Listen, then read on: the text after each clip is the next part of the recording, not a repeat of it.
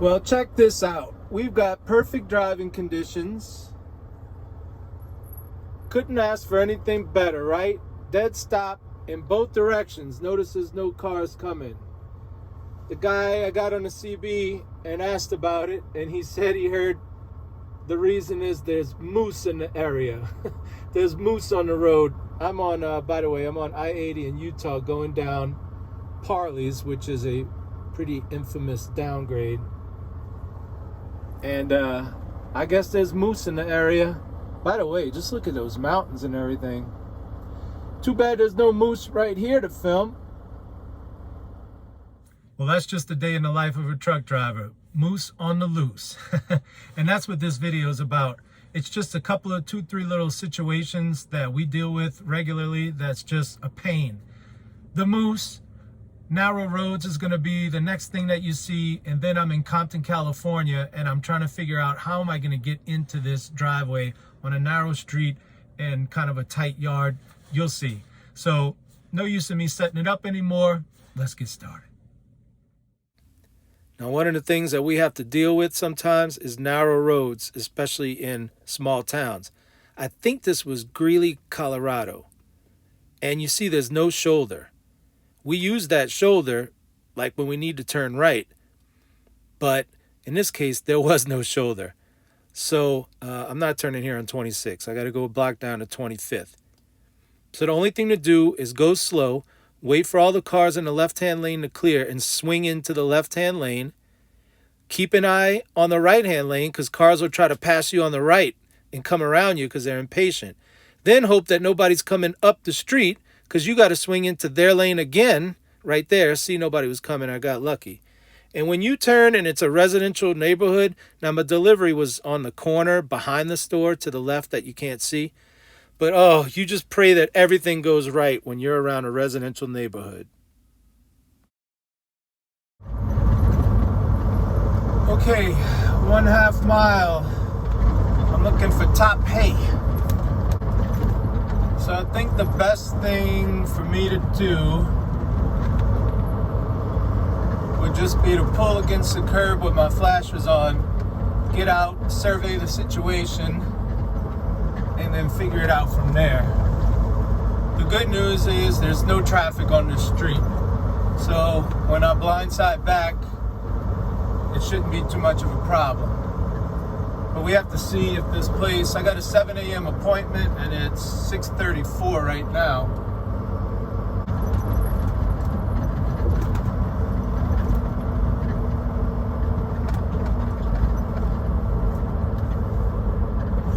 There it is, top hay.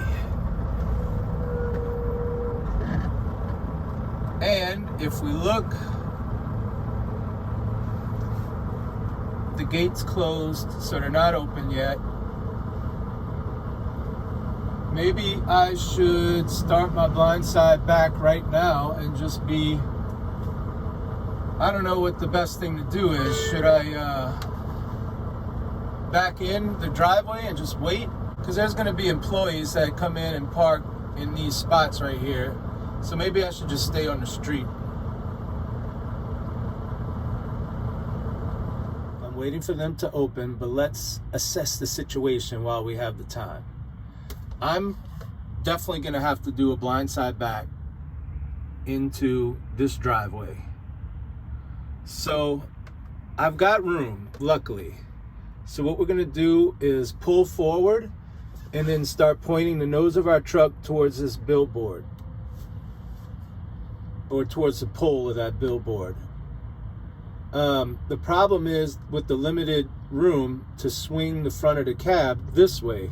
You see there's a steep curb, not a steep curb, you know, that curb's 8 inches tall or something like that. There's a hole with tires in it because people have driven in it.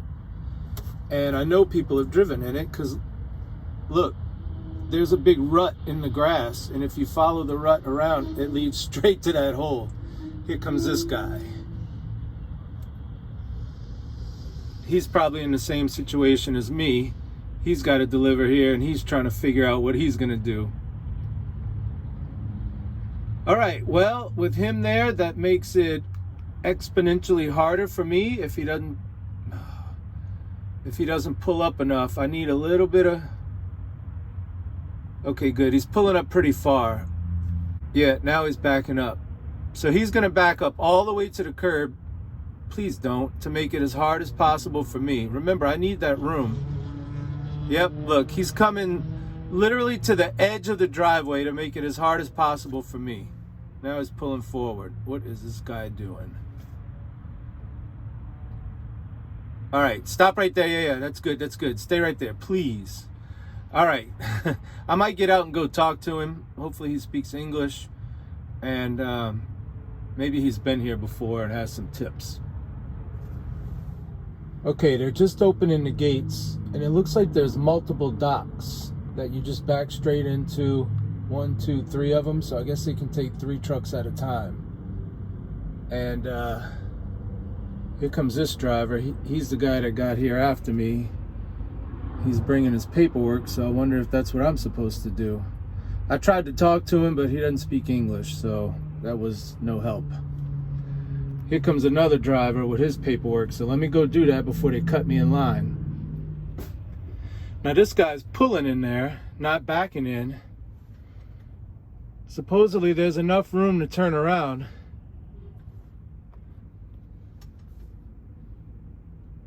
There he goes. Let's see how he does it. Oh, I see how he's doing it. The other guy, see this guy in the blue truck hasn't backed up all the way yet. So he's able to turn around. He's able to U-turn. Well, he's stopped now. He's thinking about it. Oh, now this guy's backing in, which is going to prevent him possibly from making that U-turn. Can't wait to see how this plays out. Here he comes. Well, obviously he made the U-turn because there he is. Now he's about to back up. So here's my options. I can try to pull in like he did and do a U-turn like he did. Only now there's 2 trucks in there, him and that blue truck. Or I can try the impossible blindside back, which I can't do because the green truck's in my way. Well, you can see the decision I made. I cannot make this blindside back because he needs to be pulled forward some more. But I like a challenge, or maybe I'm just stupid. But you see, you know how I pointed out those ruts? A guy was backing in only from the other direction, and in order to do it, he had to hop the curb, which you see where I am. My cab is pointed in the wrong direction, but that's part of the back, and I would have to hop that curb in order to get in there, but I'm not hopping that curb. I don't drive some off-road truck. No telling what happened to that guy's truck. Maybe that's his tires that's in that hole. Anyway, I couldn't do the blindside back, but I knew that. You see this guy? He knew I couldn't do it, and he said, look, man, I think you can make that U-turn like the other guy did. I'm going to go in the yard and spot you, make sure you don't hit anything. Man, he was a tremendous help because, he was guiding me. Come on, you got it, you got it. So that's what I ended up doing. I was able to make the U-turn, but barely, thanks to his help. I guess that ended up being not really that hard. It's just the first time you go there, you have no idea. And if you get in trouble and get yourself in a spot that you can't get out of, it's trouble, big trouble. That's why you have to be extra careful, and that's why those situations are so nerve-wracking. But anyway, that's it for the video. I have one little thing as a bonus after my sign off here. I think you'll like it. It's a little truck stop story. So if you liked it, consider subscribing, or at least consider watching the next video. And until that next video, this is Jason signing out. Well, guess what just happened to me? It's 3:30 in the morning. I'm walking through the truck stop parking lot, and y'all all know when you're in a dark parking lot in the middle of the night or like that, the last thing you want to see is some dude walking towards you, right? You're ready, like it's go time. So here comes this dude, man. At best, I'm expecting him to ask me for a couple of dollars. At worst, I'm expecting him to pull out a gun, right? Well, he says, excuse me, and I'm like, here we go. And Turns out it's some Russian guy. And he goes, well, which way are you going? And I said, I'm going eastbound on I-70. And he pulls out his cell phone, and he's got Google Maps pulled up. He's going eastbound on 72, but it's rerouting him off of 70, this long, crazy detour. He goes, why is it telling me to go this way? I said, now I had done my trip planning this morning, checked the road conditions, checked all the closures. Turns out I-70 through Glenwood Canyon is closed. Construction is like a scheduled closure overnight. Reopens at 6 a.m. And I said, look, and I zoomed in on Glenwood Canyon. I said, look, it's closed until 6 a.m. And he's like, oh, can we go through I-70? I said, yeah, it's 3:30 now a.m. It takes you 3 hours just to get there, so that'll put you there at 6:30 if you leave now. So, and it opens at 6. You'll be okay.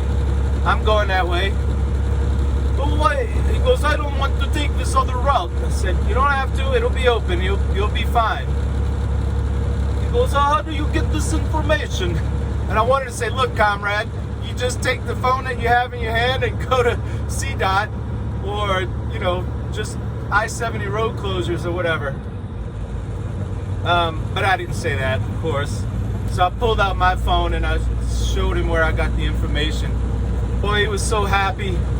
I was happy that I didn't get mugged. He's happy that he didn't have to go through some crazy mountain detour. But you never know what's gonna happen in a truck stop parking lot.